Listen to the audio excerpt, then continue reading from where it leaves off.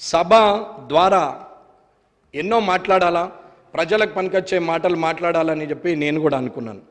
ఒక్క 2-3 నిమిషాలు ఇవ్వండి దీని గురించి. అన్న, నేను రాత్రులు కూర్చుండి డేలో కూర్చుండి కొత్తగా స్కూల్కి పోయినోడు రాసుకున్నట్టు రాసుకుంటున్నాను. ఈ సబ్జెక్టులన్నీ కొత్తగా స్కూల్కి పోయినాడు కొత్త బ్యాగ్ వేసుకొని ఎట్లా పోతాడో అట్లా వస్తున్నాం. వీడికి వచ్చి చూస్తే ఏమవుతున్నది, ర్యాగింగ్ లాగా ఉన్నది.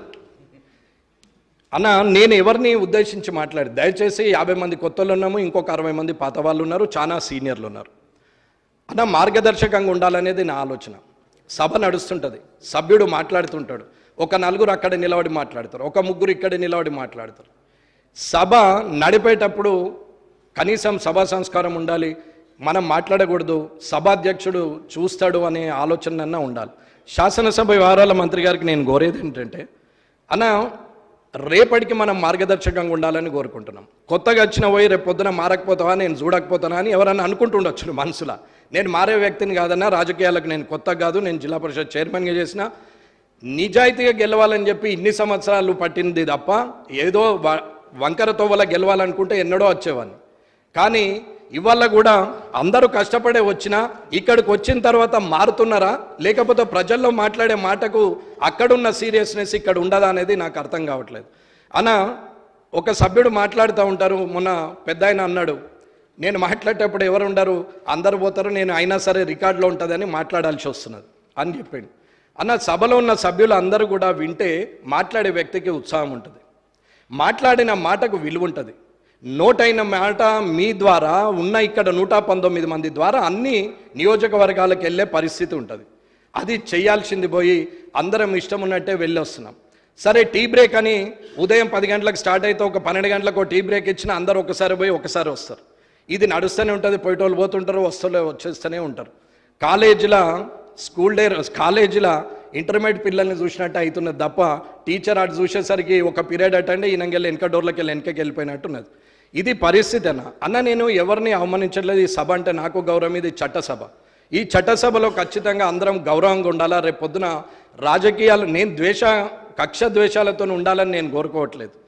అందరితోని మంచే ఉండాలి, కానీ మంచిని మంచి అనాలా, చెడుని చెడు అనాలా. అన్న, ఇవాళ రుణమాఫీ ఉంది, నాకు అవసరం లేదు, నేను రావద్దని అనుకోవచ్చు, కానీ అది కాదు.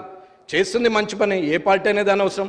ప్రభుత్వంలో ఒక సభ్యుడిగా ఉన్నాం, ఆ ప్రభుత్వం నాది, ఇది కాంగ్రెస్ ప్రభుత్వం అని మీరు అనుకుంటుండొచ్చు, కానీ ఇది తెలంగాణ రాష్ట్ర ప్రభుత్వం అని నేను అనుకుంటున్నాను. ఈ రాష్ట్ర ప్రభుత్వంలో 119 మంది సభ్యులం ఉన్నాం. ఈ ప్రభుత్వం మనందరిది. ఈ ప్రభుత్వం చేసే కార్యక్రమాలల్లో పోవాలా, కూర్చోవాలా. అక్కడ సోనియా గాంధీ గారిదో, రాజీవ్ గాంధీ గారిదో, రాహుల్ గాంధీ గారిదో మీరు ఫోటో పెడితే మేము వెళ్ళొచ్చేస్తుండే. కానీ అక్కడ ముఖ్యమంత్రి గారిది ఉంది, అక్కడ వ్యవసాయ శాఖ మంత్రి గారిది ఉంది, ఫైనాన్స్ మినిస్టర్ది ఉంది, కానీ ఇంకేది లేదు. అంటే ఇది రాష్ట్ర ప్రభుత్వము అని అనుకుంటున్నాం.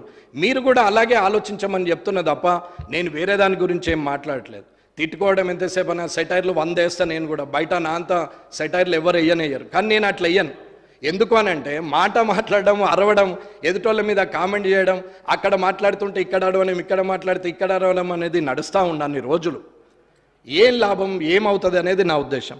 ఇకపోతే ఇప్పటి వరకు కూడా సభ గురించి నేను తప్పుగా మాట్లాడలేదు. ఇది కూడా నేను ఎందుకు మీ ద్వారా నేను ఎందుకు చెప్పాల్సి వస్తుందంటే, నేను మీడియా పాయింట్ మీద మాట్లాడినాం, ఇక్కడ మాట్లాడలే పరిస్థితి లేక, అంటే అలవాటు కావాలి. ఒకసారి ఇక్కడ మాట్లాడితే రెండోసారి నాకు స్టార్టింగ్ ట్రబుల్ ఉండదు కాబట్టి, సరే అక్కడ మాట్లాడినప్పుడు కనీసం మార్పు వస్తుంది అనుకున్నాం. పేపర్లో వచ్చింది. నేను ఏదో గొప్పగా అనుకుంటుండేమోని, మీరందరూ అపార్థం చేసుకుంటారేమోని నేను ఇందులో మాట్లాడడానికి మళ్ళీ చెప్పాను తప్ప ఇంకా వేరే ఉద్దేశం లేదు. ఎక్కడైనా ఏదైనా సరే ఇది ఒక్కసారి గౌరవ శాసనసభ్యులందరూ కూడా మనం రేపటి మనం ఉంటాం పోతాం. రేపు పొద్దున ఎంతోమంది ఉన్నారు, ఎంతోమంది రాజకీయ నాయకులు వచ్చారు. టక్కన చెప్పమంటే 5-6 పేర్లకి ఎక్క చెప్పలేం. ఆ 5-6లో మనముందాము అనేది మన ఆలోచన. ఆ 5వ 6వ నంబరో 7వ నంబరో 10వ నంబరో మనం ఉండాలనేది ఆలోచన తప్ప ఏం లేదు.